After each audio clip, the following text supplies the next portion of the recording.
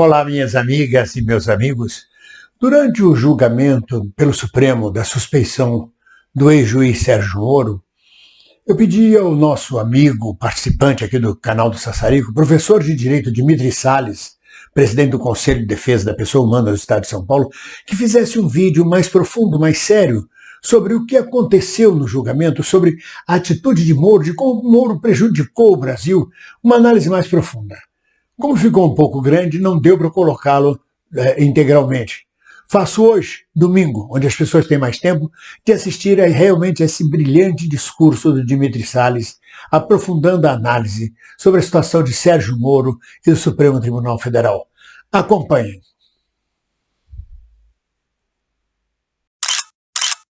Enfim, chegamos ao desfecho de um grande imbróglio jurídico, que é também um imbróglio político.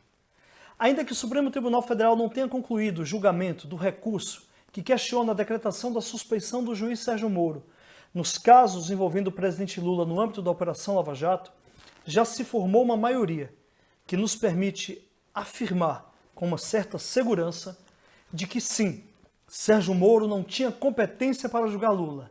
Sim, Sérgio Moro agiu de forma suspeita, de forma parcial, movendo-se por questões políticas para levar à condenação jurídica do presidente Lula, o que é incabível em um Estado de Direito.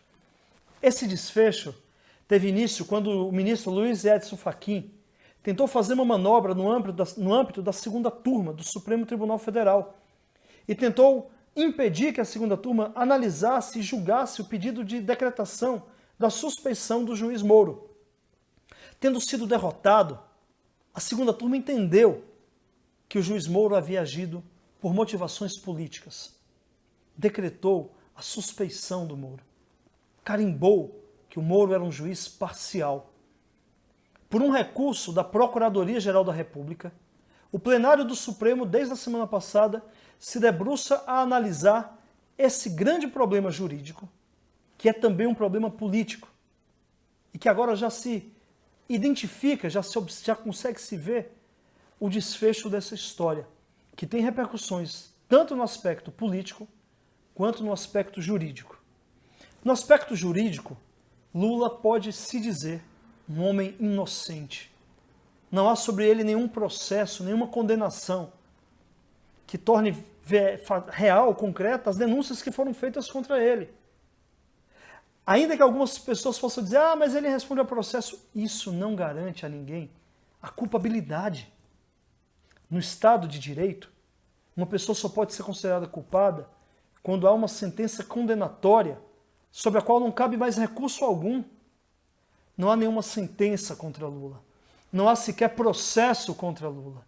Lula é um homem livre e, por essa razão, teve de volta os seus direitos políticos, podendo candidatar-se a qualquer cargo eletivo. Ainda há que se debater se a decisão que foi no âmbito do processo do triplex e do sítio de Atibaia, pode repercutir contra outros processos do Lula no âmbito da Operação Lava Jato. Eu tenho uma convicção, além de uma certeza jurídica, de que sim, a suspeição não recai sobre o objeto do processo. Ela recai sobre o julgador. E todos aqueles atos praticados por esse julgador, envolvendo processos contra o presidente Lula, no âmbito da Operação Lava Jato, são impactados por esse vício de suspeição e, por isso, devem ser anulados. No âmbito jurídico, portanto, ainda há uma batalha pela frente, mas no âmbito político a batalha se coloca de uma forma muito mais esperançosa. Como é que fica o juiz Sérgio Moro, o ex-juiz e o ex-ministro Sérgio Moro nessa história? A primeira conclusão é que há efetivamente uma decisão da Suprema Corte que o reconhece como um juiz incompetente e um juiz suspeito, um juiz parcial. Disso ninguém arranca. Nós que tanto denunciávamos, temos agora o aval do Supremo Tribunal Federal para afirmar que Sérgio Moro é um juiz suspeito e um juiz incompetente para condenar o presidente Lula. Mas há uma outra questão que me parece muito importante. O juiz Sérgio Moro sai da condição de herói nacional a condição de um juiz corrupto. Corrupto não no sentido comum de se apropriar de verba pública, mas daquele que corrompe o Estado de Direito.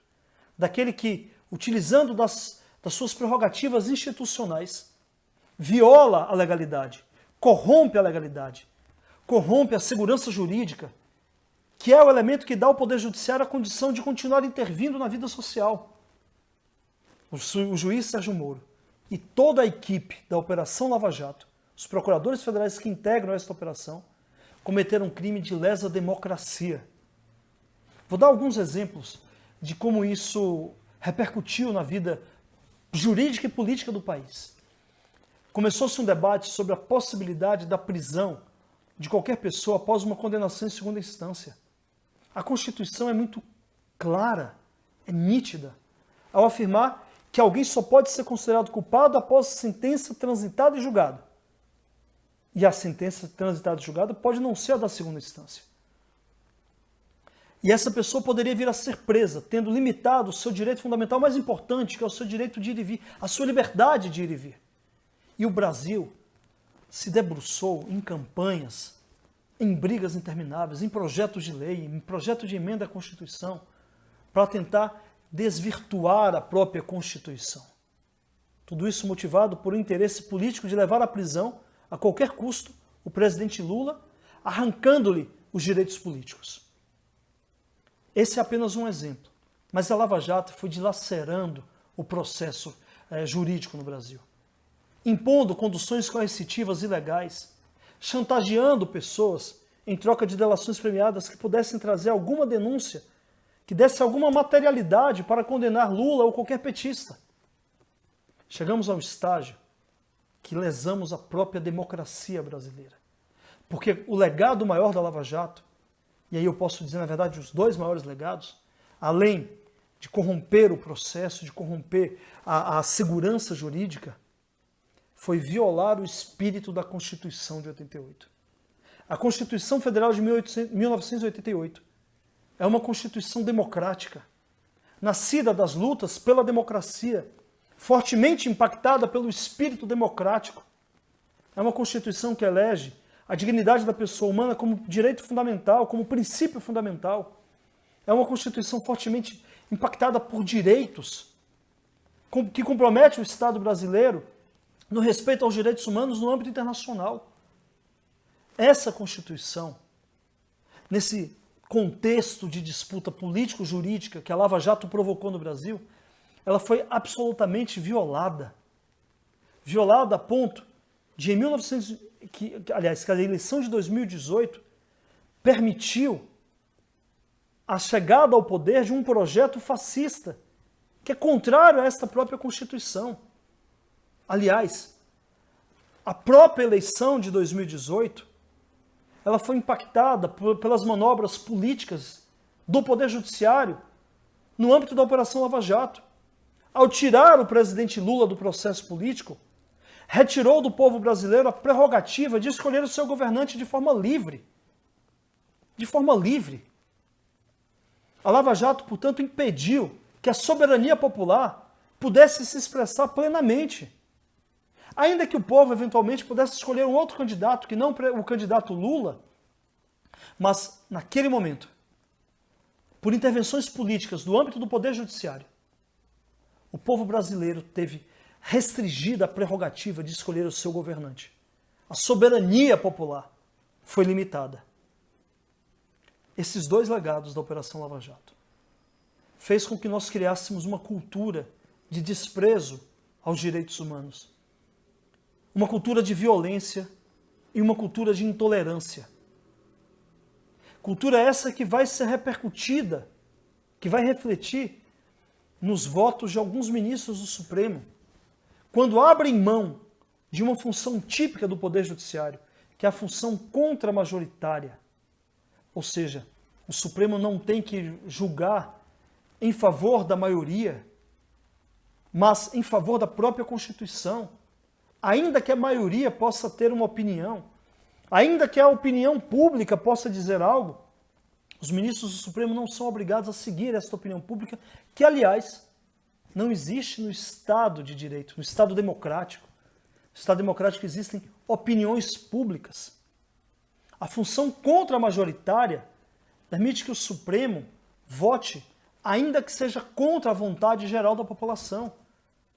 Que ele julgue a partir da própria Constituição, tendo ela como sendo ponto de partida e de ponto de chegada. Mas a Lava Jato impregnou alguns ministros que se veem agora comprometidos com a opinião da maioria. Aliás, alguns deles já afirmaram na imprensa que não dá para votar contra a maioria. Um ministro chegou a dizer que não dá para tornar o juiz Moro de herói em bandido da noite para o dia.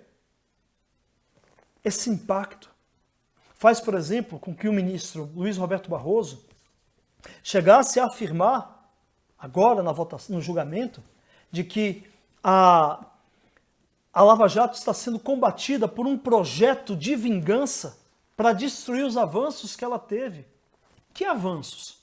E diz mais, que existem inimigos muito poderosos que usam todas as armas contra a Lava Jato. Que inimigos? Que avanços? Do que está falando?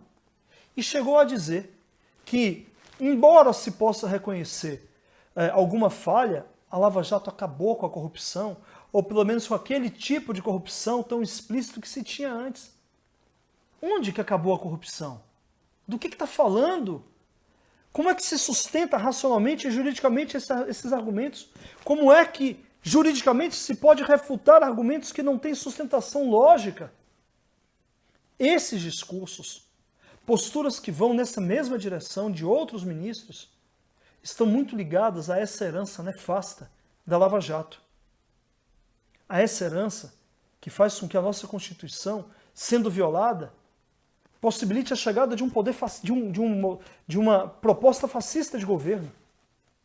O desafio que se apresenta, tanto politicamente quanto juridicamente, neste momento, uma vez que nós conseguimos provar o que tanto afirmávamos com relação ao presidente Lula, o desafio é voltar à proteção ao Estado democrático de direito. Proteger o Estado contra esse espírito de combater a corrupção, que nada mais é do que uma retórica para favorecer alguns grupos políticos em detrimento da soberania popular, em detrimento da própria democracia brasileira. O desafio, além de comemorar esta vitória política e jurídica que obtivemos no âmbito do Supremo Tribunal Federal, passa a ser comprometer a sociedade brasileira em preservar a democracia brasileira.